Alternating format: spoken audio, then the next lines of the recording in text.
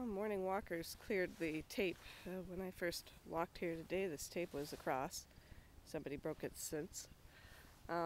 This is the area that has been cleared of the trees. I was over here on the Vista Hills property. You could see the logs that were taken from ESPA 19 area. They've been shredded. There's a shredder. It's really tough to see the evidence of damaged nests when they do that kind of practice.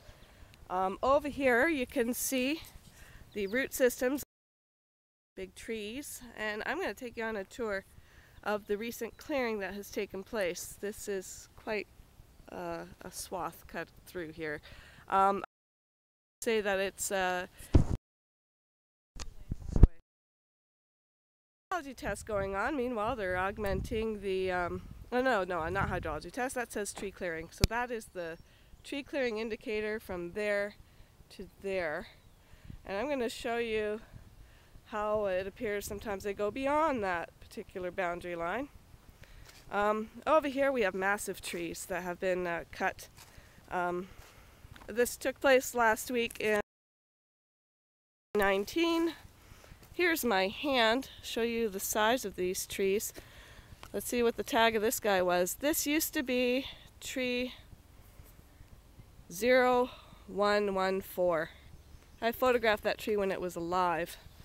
Over here we've got another big tree that has been removed. A lot of these trees have been here for hundreds of years.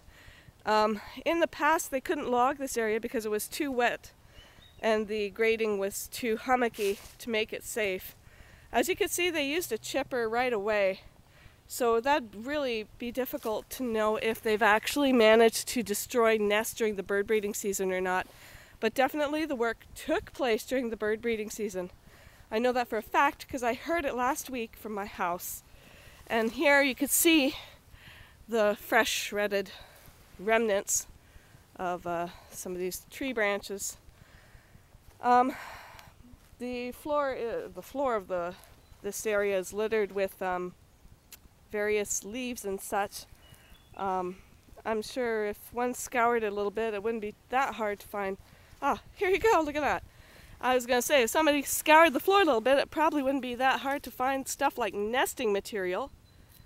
See this? I wonder how that happened to get into these branches. Wow. I was expecting to find it so soon, but I'm thinking that that's the kind of thing that one could look for in what branches remain here. I don't know if there's any more in these nooks or not, but I wouldn't mind somebody scouring through to see. A lot of these trees were quite beautiful. Black cherry and assorted species, very, very old. I'm just going to take a look at this beauty over here that's no longer with us. Look at the size. Look at the size of that. Okay. At a time of climate change in the city that has probably one of the worst air qualities in Ontario, you know, here's my foot on it there. Illness costs us, smog costs our region $36 million annually, and here we are cutting down our old growth forests. And the reason why they're doing this is because they want to build a trail. Doesn't that seem excessive?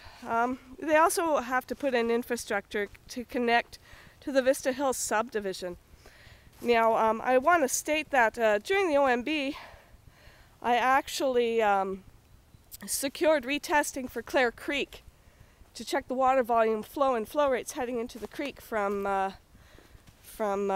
these proposed subdivision areas. And the OMB secured me those tests, but prior to it, the City of Waterloo and the Grand River Conservation Authority authorized the dewatering of the creek. I secured the documents by way of freedom of information that clearly proves this fact. And I can't afford to seek compliance by way of the courts because the OMB process cost me too much money.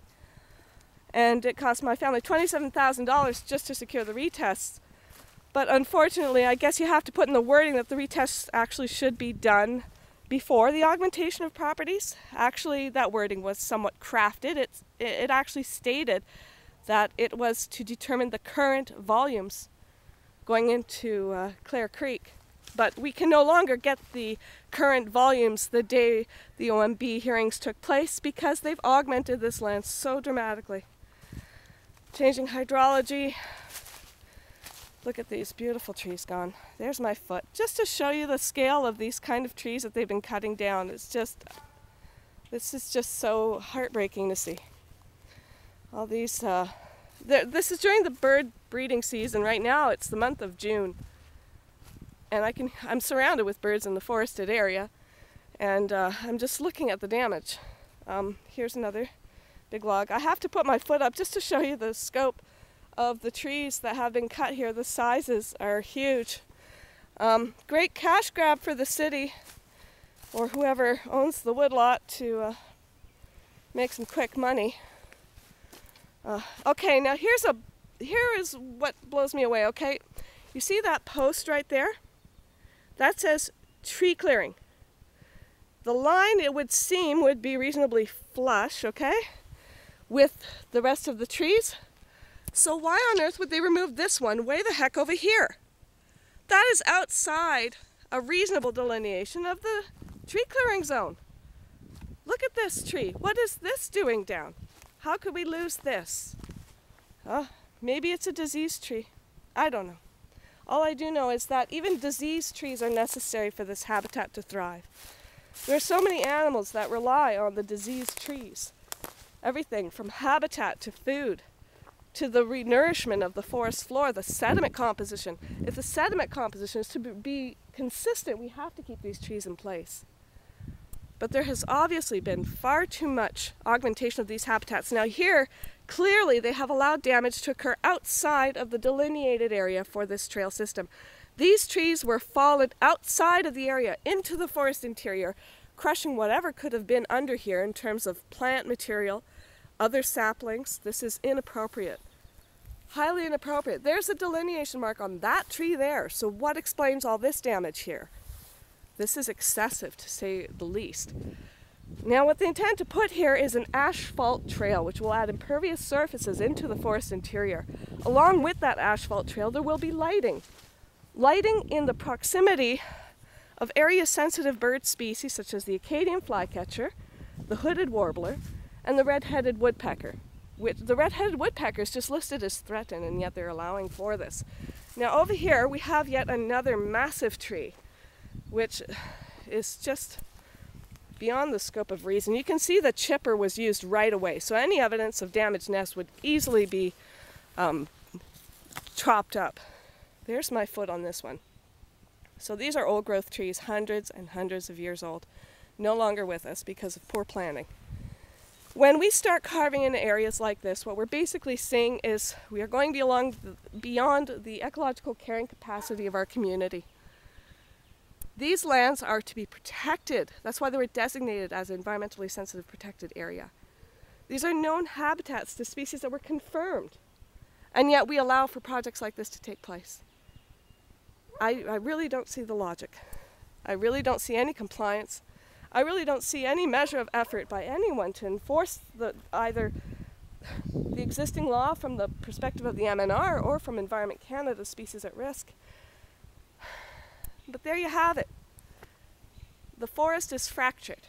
We have the division of a known forested system, habitat to threatened and endangered species. All this light introduced is going to change all of the forest ecology at this area. It's going to change it here and here just by the way of light exposure. You're going to see more evaporation of the localized water systems, more fragmentation of the forest, more disturbances for the animals that live here. This isn't right. But that's what happens in Waterloo. That's what happened here in Waterloo